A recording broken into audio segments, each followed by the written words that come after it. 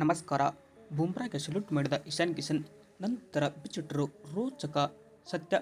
ಇನ್ನು ಭಾರತ ಮತ್ತು ಇಂಗ್ಲೆಂಡ್ ನಡುವೆ ಸೆಮಿಫೈನಲ್ 2 ಪಂದ್ಯ ಮುಕ್ತಾಯಗೊಂಡಿದ್ದು, ಈ ಒಂದು ಪಂದ್ಯದಲ್ಲಿ ಟೀಮ್ ಇಂಡಿಯಾ 7 ವಿಕೆಟ್ಗಳ ಭರ್ಜರಿ ಗೆಲುವು ದಾಖಲಿಸಿ ಫೈನಲ್ಗೆ ಇತ್ತ ಎಂಟ್ರಿ ಕೊಟ್ಟರೆ, ಇನ್ನು ಭಾರತ ಮತ್ತು ನ್ಯೂಜಿಲೆಂಡ್ ನಡುವೆ ಮಾರ್ಚ್ 8ರಂದು ಅಹಮದಾಬಾದ್ ಮೈದಾನದಲ್ಲಿ ಫೈನಲ್ ಪಂದ್ಯ ನಡೆಯಲಿದ್ದು, ಈ ಒಂದು ಪಂದ್ಯಕ್ಕೆ ಮುನ್ನ ಟೀಮ್ ಇಂಡಿಯಾದ ಇಶಾನ್ ಕಿಶನ್ ಅವರು ಬೂಮ್ರಾಗೆ ಸಲ್ಯೂಟ್ ಮಾಡಿದರು. ಬೂಮ್ರಾಗೆ ಇಶಾನ್ ಕಿಶನ್ ಅವರು ಯಾಕೆ ಸಲ್ಯೂಟ್ ಮಾಡಿದರು, ಬಟ್ ಏನಾಯಿತು ಅಂತ ಪ್ರತಿಯೊಂದು ಅಪ್ಡೇಟನ್ನು ಈ ಒಂದು ವಿಡಿಯೋದಲ್ಲಿ ತಿಳಿಸಿಕೊಡ್ತಾ ಬರ್ತೀನಿ. ಆದ್ದರಿಂದ ದಯವಿಟ್ಟು ನೀವೇನಾದರೂ ಇನ್ನೂ ನಮ್ಮ ಒಂದು ಯೂಟ್ಯೂಬ್ ಚಾನಲ್ಗೆ ಸಬ್ಸ್ಕ್ರೈಬ್ ಆಗಿಲ್ಲ ಅಂದರೆ ಈ ಕೂಡಲೇ ಸಬ್ಸ್ಕ್ರೈಬ್ ಆಗಿ, ಹಾಗೆಯೇ ನೀವು ಟೀಮ್ ಇಂಡಿಯಾದ ಅಪ್ಪಟ ಅಭಿಮಾನಿಗಳಾಗಿ ಈ ಒಂದು ವಿಡಿಯೋ ನೋಡುತ್ತಿದ್ದಲ್ಲಿ ದಯವಿಟ್ಟು ಒಂದು ಲೈಕ್ ಮಾಡಿ.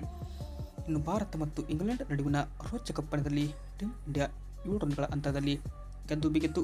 ಈ ಮೂಲಕ ಇತಿಹಾಸ ನಿರ್ಮಿಸಿದ ಟೀಮ್ ಇಂಡಿಯಾ ಆಂಗ್ಲ ಪಡೆಯನ್ನು ಕಂಪ್ಲೀಟ್ ಆಗಿ ಧೂಳಿಪಟ ಮಾಡಿದರೆ, ಇತ್ತ ಈ ಒಂದು ಗೆಲುವಿಗೆ ಜಸ್ಪ್ರೀತ್ ಬೂಮ್ರಾ ಅವರ ಒಂದು ಬೌಲಿಂಗ್ ಕೂಡ ಕಾರಣ ಅಂತಲೇ ಹೇಳ್ಬೋದು. ಬಟ್ ನಾಯಕ ಅಂದರೆ ಇಂಗ್ಲೆಂಡ್ ನಾಯಕ ಹ್ಯಾರಿ ಬ್ರೂಕ್ ಅವರ ವಿಕೆಟನ್ನು ಪಡೆದು ಟೀಮ್ ಇಂಡಿಯಾಗೆ ಯಶಸ್ಸು ತಂದುಕೊಟ್ಟ ಬೂಮ್ರಾ ಅವರು ಇತ್ತ ಇಂಗ್ಲೆಂಡ್ ತಂಡಕ್ಕೆ ಆಘಾತ ನೀಡಿದರು. ಈ ಒಂದು ಪಂದ್ಯದಲ್ಲಿ ಬೂಮ್ರಾ ಅವರು 4 ಓವರ್ ಬಾಲ್ ಮಾಡಿ 8.25 ಎಕಾನಮಿಯಲ್ಲಿ 33 ರನ್ ಬಿಟ್ಟುಕೊಟ್ಟು 1 ವಿಕೆಟ್ ಪಡೆದರು. ಬಟ್ ಬೂಮ್ರಾ ಅವರ ಈ ಒಂದು ಕನ್ಸಿಸ್ಟೆನ್ಸಿ ಏನಪ್ಪ ಅಂದರೆ ಟೀಮ್ ಇಂಡಿಯಾಗೆ ಗೆಲುವು ತಂದುಕೊಡ್ತು. ಬಟ್ ಕೊನೆಯ 2 ಓವರ್ನಲ್ಲಿ ಬೂಮ್ರಾ ಅವರು ಮ್ಯಾಜಿಕ್ ಮಾಡಿದಂತಲೇ ಹೇಳ್ಬೋದು. ಅದರಲ್ಲಿ ಲಾಸ್ಟ್ ಓವರ್ ಕೊಟ್ಟದ್ದು ಕೇವಲ 6 ಅಥವಾ 7 ರನ್ ಅಷ್ಟೇ ಬಿಟ್ಟುಕೊಟ್ಟರು.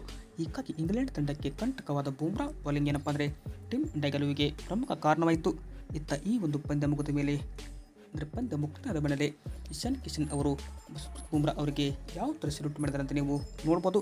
ಬಟ್ ಬೂಮ್ರಾ ಅವರಿಗೆ ಇಶಾನ್ ಕಿಶನ್ ಅಷ್ಟೇ ಅಲ್ಲ, ಇಡೀ ಭಾರತ ಕ್ರಿಕೆಟ್ ಕೂಡ ಸಲ್ಯೂಟ್ ಮಾಡುವಂಥ ದಿನವದು.